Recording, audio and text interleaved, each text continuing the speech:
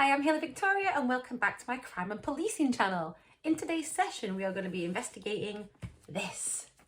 What is it, I hear you cry? This is a 1911 antique policing book. Oosh. I love the fact that you can see it's been clearly read a lot. There's even little tea stains on the front. It means someone's popped their cup right on top of that. Probably in a report writing room back in a dusty old police station in the olden days. Do you know what I love about this book as well? It just smells old. And the weird thing is, I love smelling old books, but I don't know where they've been. Yeah, I need to get some forensics on this bad boy. Anyway, so yeah, we're going to look at this book today. This book I found super interesting because it's full of legislation and legal terminology I've never heard before. So to me, it's like, it's finding some treasure. Do you know what I mean?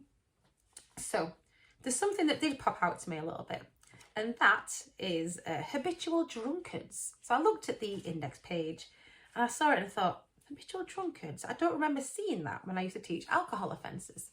So that terminology is obviously different to what it is today. Let's have a look on page 169 in my book and see what it actually says about habitual drunkards.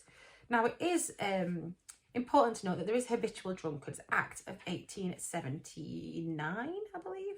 1879, the Habitual Drunkards Act, which has obviously been superseded now by the, by then the Mental Deficiency Act in 1913, which is after this book was written.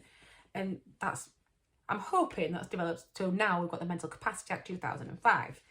So this is obviously way before that. Here we go. Let's have a look at habitual drunkards. Okay, so the definition in our old book here is, this is a person who, not being amenable to any jurisdiction in lunacy, is notwithstanding by reason of habitual, intemperate drinking of intoxicating liquor, at times dangerous or incapable of managing himself or herself and his or her affairs. So, I don't know if it's drunk and disorderly, maybe, is that what it is? Being found drunk in a public place. I'm not sure what is superseded here, but we're going to get to that, which I think is super interesting. What I'm going to tell you is about what you should do if you're a police officer back in 1911, what you're supposed to do if you come across a habitual drunk. What would you do, right? You're like, okay, that guy's drunk, I recognise you. Come on, Ailey, you've had enough. Is that what you do, or is there more to it? I will tell you right now. So there is more to it. What happened was, if you were a habitual drunk and you were known to be drunk, like a drunk, the police would issue a notice to a landlord of a pub or public house. They'd give them a notice which got a description of you and a photograph, if you are that drunk, and told not to serve you. Don't serve this person any more booze. Don't do it, okay? Well, if you were found on that premises, the police officer would have to do the following steps, and that is, I love the wording, honestly. I'm going to read it word for word because it's so cute. I beg to report that when a known habitual drunkard is seen in a public house drinking intoxicating liquor is still used in the acts today, by the way, police should enter the house, acquaint the landlord with the facts, also inform him that he's been supplied with a photograph. We gave you a photo, mate. It doesn't say, I added that bit. And the description of such habitual drunkard, and that the case will be reported with a view to proceedings being taken by summons. Oh dear. You're getting done now, aren't you, landlord? Not just him though. The police must also get the name and address of the habitual drunkard and report them also for a summons. So that's what happens if you are drunk and you know you're a drunk and they know you're drunk, but they give you beer anyway, and guess what? You're drunk. You both get done. So let's not do that, okay? Let's go a little bit more into the acts then. So the Habitual Drunkards Act in 1879, it allowed authorities to establish these retreats for inebriates, which is like people who are drunk. Inebriated means you're drunk. But you had to pay, the inmate had to pay to go to these places, which it excludes quite a lot of society, doesn't it? Especially back in 1879, when loads of people were poor, like proper poor. I'd have been so poor, because I'm working class from Yorkshire. I'd have been well poor. Hoped I wouldn't have been inebriated, but maybe it had to be because working class life sucked so bad. Who knows? Yeah, so it's kind of like, it wasn't really fair.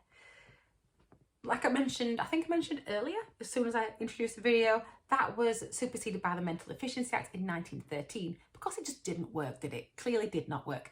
And did you know that in like 1904, 91% of the people in these retreats were female, were women? And I think it's like 9 out of 11 of the reformatories in England were just women. What are we doing to us, guys? I mean, for us all to be that drunk, something's wrong, right? And this is before the suffragettes, remember? So it must have been really bad for women.